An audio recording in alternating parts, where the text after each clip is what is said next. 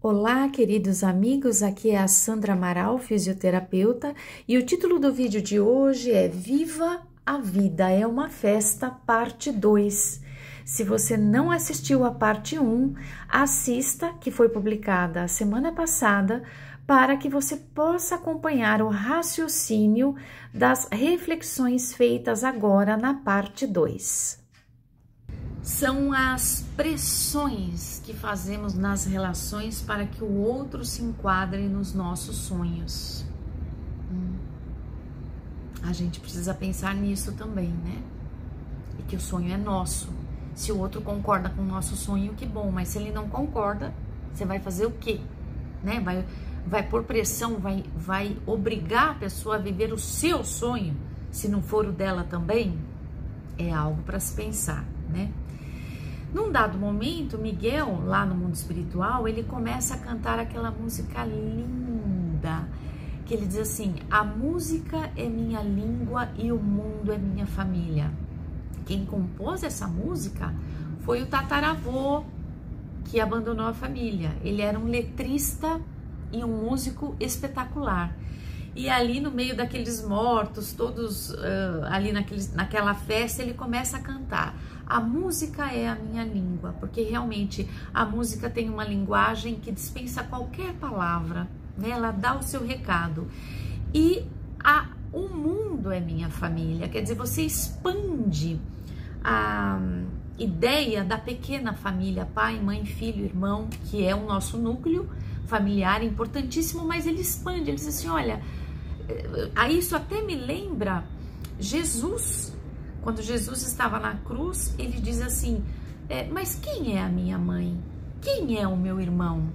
Né? Querendo dizer, todas as mulheres são minhas mães, todos os meninos são os meus irmãos. Então, essa é a ideia de expandir o enquadramento da pequena família.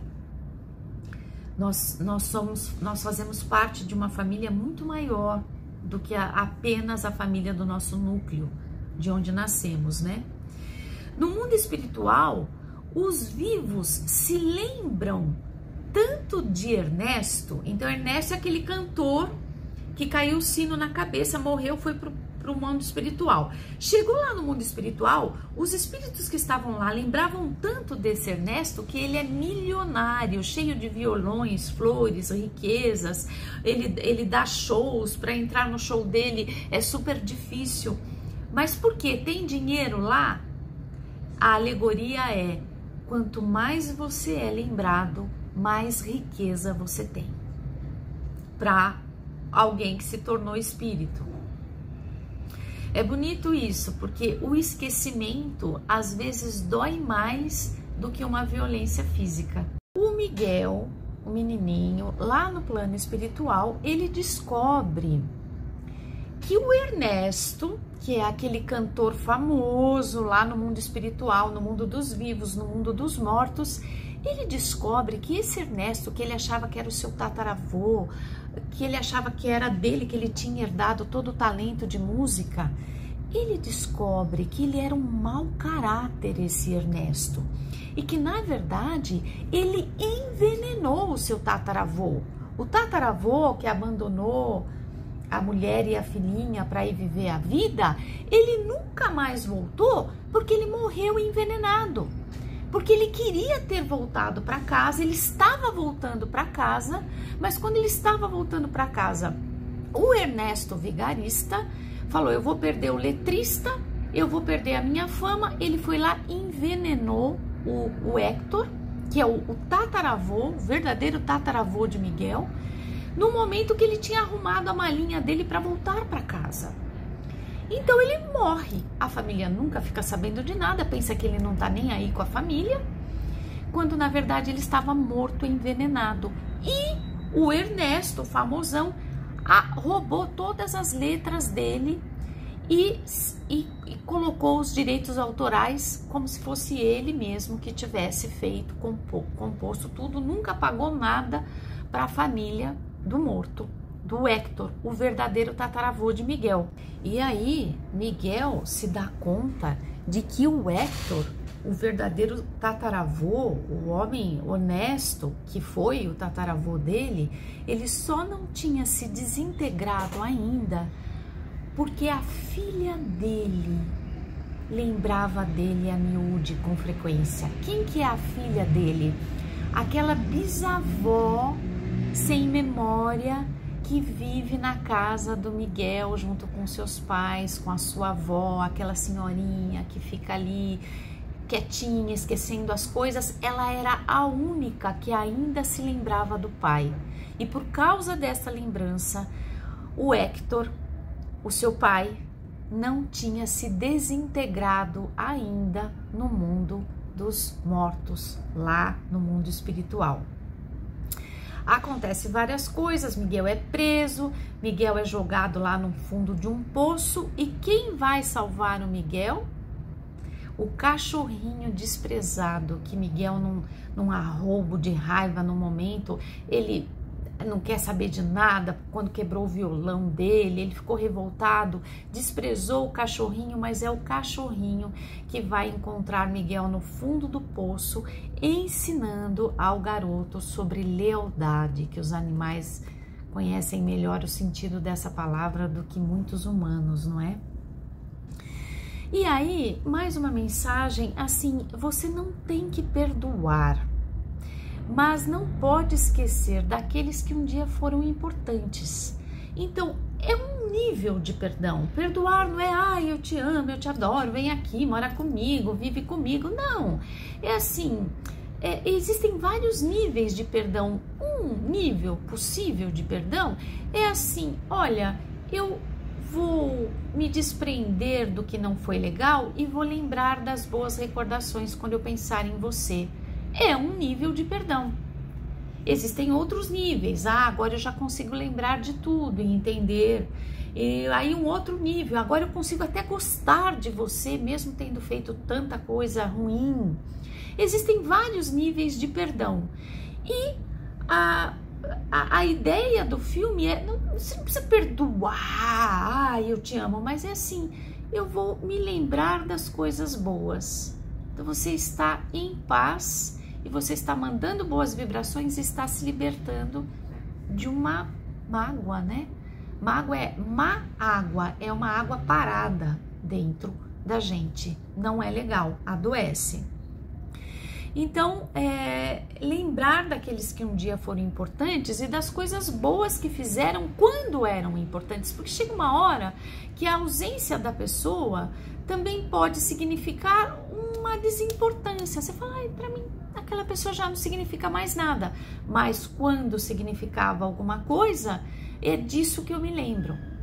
Então, é uma mensagem, vamos dizer assim, lembrar da pessoa que foram para nós e não do que se tornaram.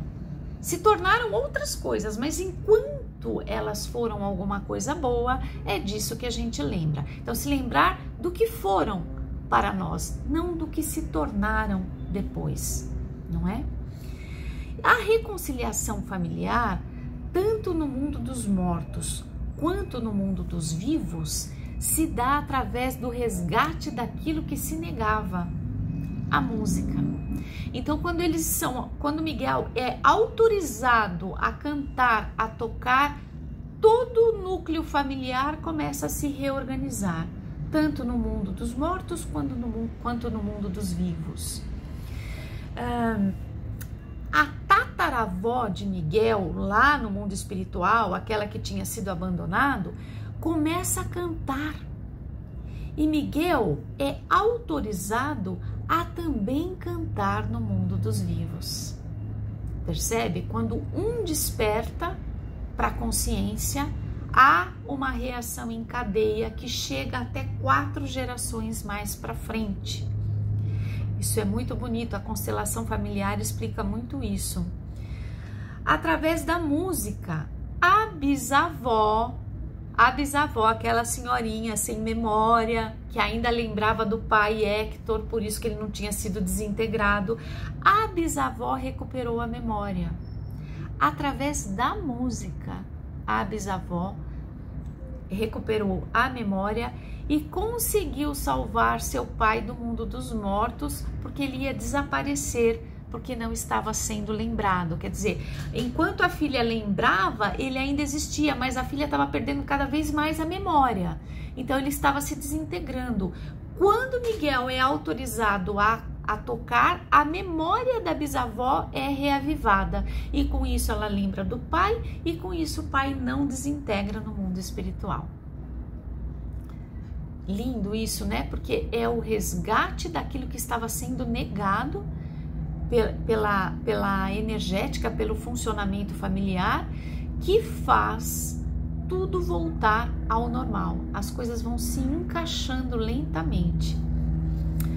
A força da ancestralidade existe nos dois lados, no lado dos vivos e no lado dos mortos. E essa força da ancestralidade pode ajudar os mortos a não se desintegrarem, e do lado dos mortos pode ajudar os vivos a se manterem vivos e unidos, porque quando os mortos pensam nos vivos, eles também mandam uma energia de união, de sobrevivência, de harmonia. Então, na verdade, a gente fica aqui falando mundo do morto, mundo dos vivos, dos mortos e dos vivos, mas tá todo mundo vivo. Tá todo mundo vivo, só que em planos diferentes. E fala também da lei do retorno, Então, aquele que provoca a violência, o Ernesto, quando matou o Héctor, impedindo ele de voltar para a família, porque ele queria ter voltado e a esposa jamais soube disso, o Ernesto que matou o Héctor, ele morre 2 vezes. Então, de morte violenta, é a lei do retorno. Então ele morre no mundo dos vivos porque ele aprontou muitas coisas e caiu o sino na cabeça, e depois lá no mundo dos mortos acontece a mesma coisa com ele. Ele de novo morre no mundo dos mortos com uma morte violenta por ter tido então o retorno da maldade que ele praticou. Então às vezes a gente não vê o resultado da maldade, mas ela aparece. E ela existe.